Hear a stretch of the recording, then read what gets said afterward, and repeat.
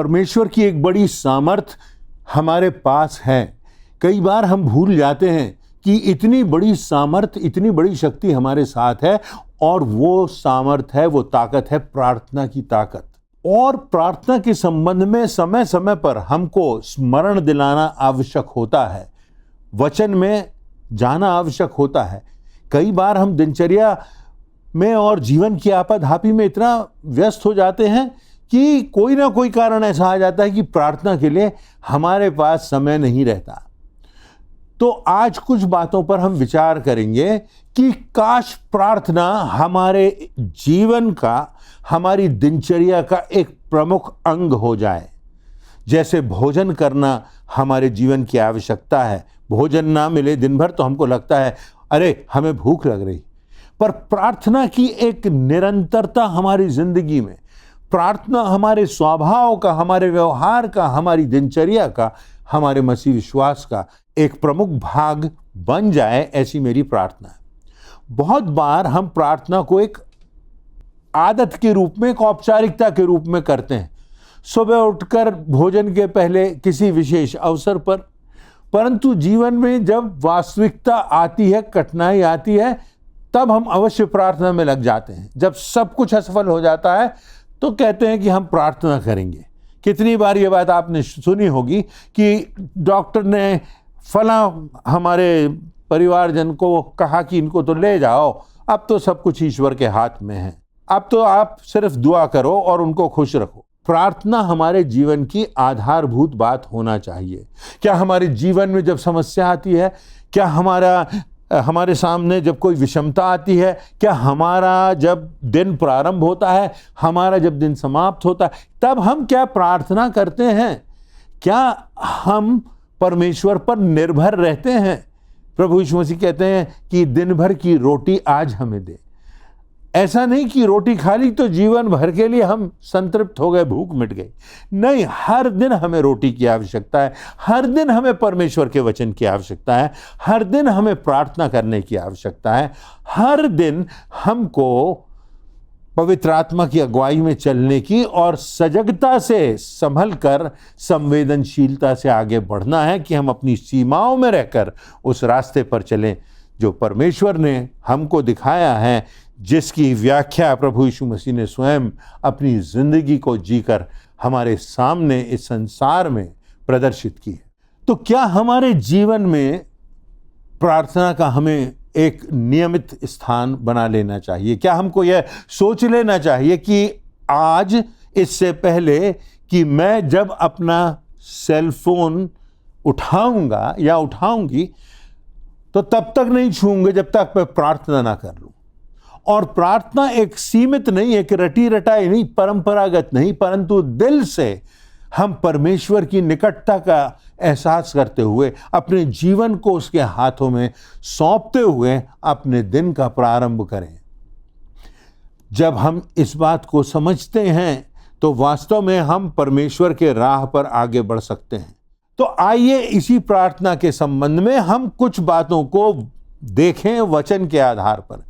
पहली बात, सच्ची प्रार्थना का प्रारंभ विनम्रता से होता है, दीनता से होता है, अपने संपूर्ण समर्पण से होता है, अपने जीवन को परमेश्वर के हाथों में संपूर्णता से देने से होता है। प्रार्थना हमारे जीवन की प्राथमिकता होना चाहिए, और ये बात तभी संभव है जब मनुष्य के हृदय में विनम्रता होगी। अगर हमारे हृदय में घमंड भरा है, यदि हम सोचते हैं कि हम तो बहुत कुछ कर सकते हैं, हम में तो बहुत क्षमता है, तो हम कभी परमेश्वर पर संपूर्णता से निर्भर नहीं हो सकते। अक्सर हम अपने जीवन में अपनी कमियों को छिपाने का प्रयास करते हैं। हम अपनी गलतियों को स्वीकार नहीं करना चाहते, पश्चाताप नहीं करना चाहते। हम नहीं चाहते कि हमारी कमजोरी किसी के सामने प्रकट हो। परंतु परमेश्वर हमारे मनों को जानता है, हमारे विचारों को जानता है। वो हमारा सृष्टिकर्ता है, वो हमारा पिता है, वो हमारा न्यायी है। तो सच्ची प्रार्थना तब शुरू होगी जब हम अपने वास्तविक स्वरूप में परमेश्वर के सामने आएं, बिना अहंकार के, बिना किसी मुखौटे के। दूसरे इतिहास की पुस्तक के 7वें अध्याय की 14वीं आयत में लिखा है कि यदि मेरी प्रजा के लोग दीन होकर प्रार्थना करेंगे तो मैं उनकी प्रार्थना सुनूंगा, स्वर्ग में सुनूंगा। और उस बाद में वहाँ वचन में लिखा हुआ कि सारे देश पर उसका प्रभाव होगा। परमेश्वर का जो कर्ज है वो वहाँ से हट जाएगा। परंतु सबसे प्रमुख बात क्या है? यदि मेरी प्रजा के लोग जो मेरे कहलाते हैं दीन होकर के प्रार्थना करेंगे।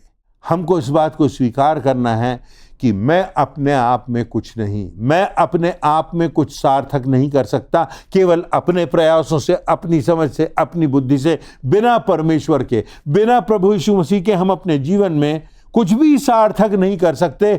यदि हम उसमें बने हुए हैं तो वो भी हम में बना हुआ है, तब उसकी सामर्थ्य भी हमारे जीवन में बनी हुई है। बहुत बार हम अपने जीवन की समस्याओं का समाधान अपने संसाधनों में ढूंढते हैं, अपने संबंधों में ढूंढते हैं, अपने ज्ञान से हम समस्याओं को सुलझाना चाहते हैं, अपने अनुभव से। परंतु ये सब बातें अपने स्थान पर ठीक हैं, परंतु संपूर्ण समाधान इन बातों से नहीं होता। नीति वचन की पुस्तक के 16वें अध्याय की 18वीं आयत में लिखा है, विनाश से पहले गर्व होता है। जब तक मनुष्य अपने घमंड को नहीं छोड़ता, जब तक मनुष्य अपने अहंकार को नहीं छोड़ता, तो परमेश्वर की सामर्थ्य से वह भर नहीं सकता। जब तक वह परमेश्वर की ओर नहीं देखता, जब तक वह परमेश्वर की ओर आंखें और अपने हाथ अपने हृदय को नहीं उठाता, तब तक परमेश्वर की सामर्थ्य हमारी जिंदगियों में काम नहीं करेगी। इसलिए प्रार्थना की शुरुआत विनम्रता से होती है, अपने दोषों को मानने से होती है। यदि हम में ही परिवर्तन नहीं आएगा और हम मात्र परंपरा पूर्वक प्रार्थना करेंगे, उससे कोई अर्थ नहीं। अपने को खाली करें, विनम्र करें, दीन करें और प्रार्थना के द्वारा, परमेश्वर के वचन के द्वारा अपने हृदय को भर कर उसकी सामर्थ्य से, उसकी पवित्र आत्मा से अपने जीवन में उससे गहरा संबंध बनाएं।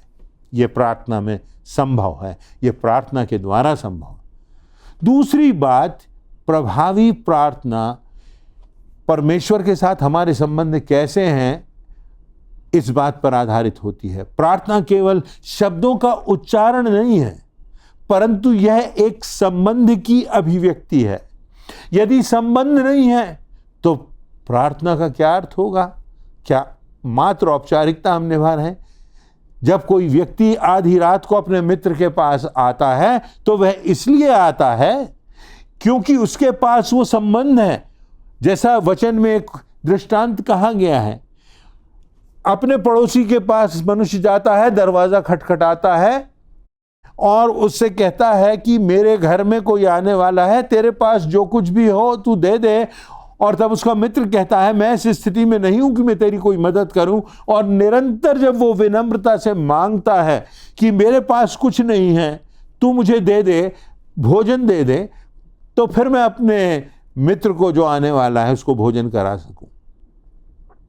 तो परमेश्वर के सामने क्या हमारे जीवन में इस बात का एहसास है कि वो हमारा पिता है, सब बातों से बढ़कर है, और उसके सामने कोई घमंड ना करे, क्योंकि परमेश्वर घमंड से भरी हुई आंखों को स्वीकार नहीं करता। यूहन्ना रचित सुसमाचार के 15वें अध्याय की 7वीं आयत में लिखा हुआ है, यदि तुम मुझ में बने रहो और मेरी बातें तुम में बनी रहें तो जो चाहो मांगो वह तुम्हारे लिए हो जाएगा। बने रहने की बात महत्वपूर्ण है, निरंतरता की बात, निरंतर संबंध की बात, निरंतर संगति की बात, निरंतर निकटता की बात, ये सब बातें हमारे लिए आवश्यक हैं। यही हमारे व्यवहार को प्रकट करती हैं। इस प्रार्थना के संबंध में तीसरी बात हम देखेंगे कि प्रार्थना के साथ निरंतरता और धैर्य होना चाहिए। प्रार्थना का एक महत्वपूर्ण पहलू निरंतरता है। हम बार बार प्रार्थना करें, हम मांगते रहें, निराश ना हो।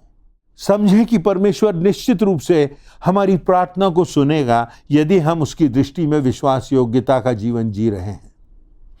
सच्ची प्रार्थना वही प्रार्थना है जिसमें धैर्य है, जिसमें हम मांगते रहते हैं, जिसमें हम ढूंढते रहते हैं, जिसमें हम दरवाजे को खटखटाते रहते हैं। और इस बात को हमें स्मरण रखना है कि हमको परमेश्वर से निरंतर मांगना है और परमेश्वर से कहना है, परमेश्वर मेरी नहीं परंतु तेरी इच्छा पूरी हो। और तब हम पाएंगे कि परमेश्वर अपने समय से और अपने स्वर्गीय भंडार से हम पर कृपा करेगा, अनुग्रह करेगा। हिजकिय्याह राजा का वर्णन हम पाते हैं। जब हिजकिय्याह राजा के पास परमेश्वर का वचन पहुंचता है, भविष्यवक्ता पहुंचता है, तो भविष्यवक्ता उससे कहता है, तेरा समय पूरा हो गया है, तेरी मृत्यु तेरे निकट है, तेरा राज्य समाप्त होने वाला है। परंतु तब हिजकिय्याह राजा विनम्र होता है, दीन होता है, आंसू बहाता है, अपने जीवन में पछताव करता है और परमेश्वर से मांगता है। और हिजकिय्याह की विनम्रता से भरी, आंसुओं से भरी प्रार्थना से परमेश्वर का हृदय बदल जाता है। और तब परमेश्वर उससे कहता है, मैं तुझे 15 वर्ष और दूंगा, मैं तेरे राज्य को आशीषित करूंगा, मैं तेरे राज्य को विस्तार दूंगा, मैं तुझे जीत दूंगा, तेरे दुश्मन तुझ पर हावी नहीं हो सकते। इसलिए हमको परमेश्वर की ओर देखना है कि प्रार्थना में वो सामर्थ है जो परमेश्वर के हृदय को बदल सकती है, और हमको उस पर निरंतर विश्वास करना है और उस पर अपनी निर्भरता को प्रकट करते रहना है। रोमियो के पत्र उसके 8वें अध्याय की 28वीं आयत में लिखा हुआ है कि उनके लिए जो परमेश्वर की इच्छा पर चलते हैं, सब बातें मिलकर भलाई ही उत्पन्न करती हैं। हो सकता है हमारी प्रार्थना में हमारी भलाई ना हो जो हम मांग रहे हों, और उससे कुछ बड़ा परमेश्वर हमें देना चाहता है, उससे कुछ बेहतर परमेश्वर हमें देना चाहता है। तो हम धैर्य रखें और जाने कि परमेश्वर से हमें मांगना है, वो हमारा पिता है, वो जानता है कि हमें किन बातों की आवश्यकता है। और तब हम आगे जाके देखेंगे, अपने जीवन में आगे बढ़ते हुए पाएंगे कि परमेश्वर ने जो हमने मांगा था उससे कहीं बेहतर दिया, अपने समय पर दिया, और अपनी प्रतिज्ञाएं पूर्ण की और हमारी गवाही प्रज्वलित हो सकी। चौथी बात, प्रार्थना जीवन में परिवर्तन लाती है।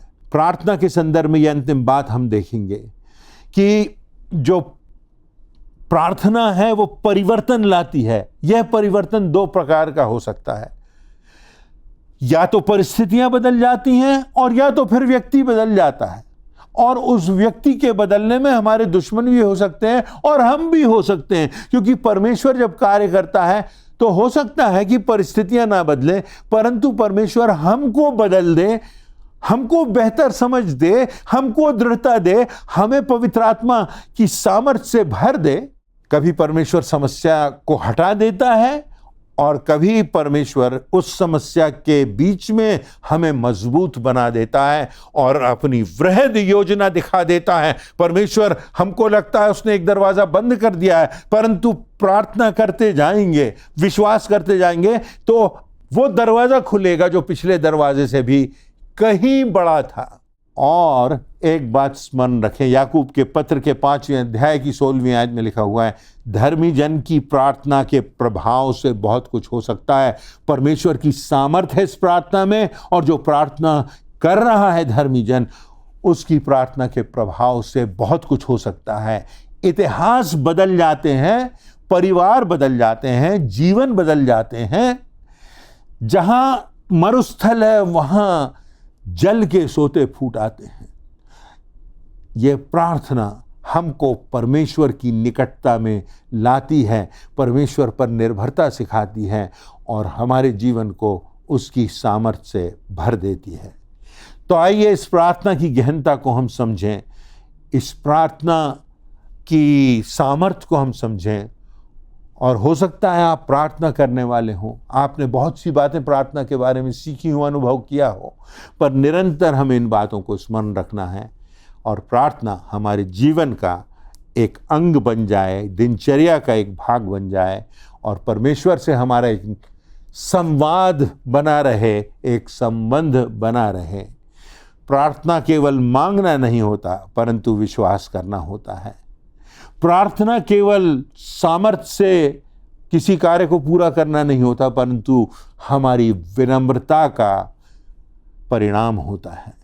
परमेश्वर के साथ हमारे संबंध जीवंत होते हैं और हमारी प्रार्थना व्यर्थ नहीं जाएगी यदि हम उसके वचन के अनुसार अपने जीवन को बना सकें। इफिसियों के पत्र के 3 अध्याय की 20वीं आयत में लिखा हुआ है, वह परमेश्वर जो हमारे निवेदनों से, हमारी प्रार्थना से, जिसका अर्थ है और हमारी समझ से कहीं अधिक कर सकता है, वह परमेश्वर आपके साथ है, वह परमेश्वर मेरे साथ है। प्रभु यीशु मसीह में ये सब बातें संभव हैं। आइए हम परमेश्वर को एक बार फिर से अपने हृदयों को समर्पित करें और परमेश्वर के ऊपर निर्भर होना सीखें। कुछ ना कुछ तो बदलेगा, परिस्थितियां नहीं बदली तो हमारा जीवन बदल जाएगा और हम परमेश्वर की दृष्टि में उसके धन्य और योग्य दास और दासियां ठहरेंगे। परमेश्वर आपको सामर्थ्य से भर दे, ऐसी मेरी प्रार्थना है।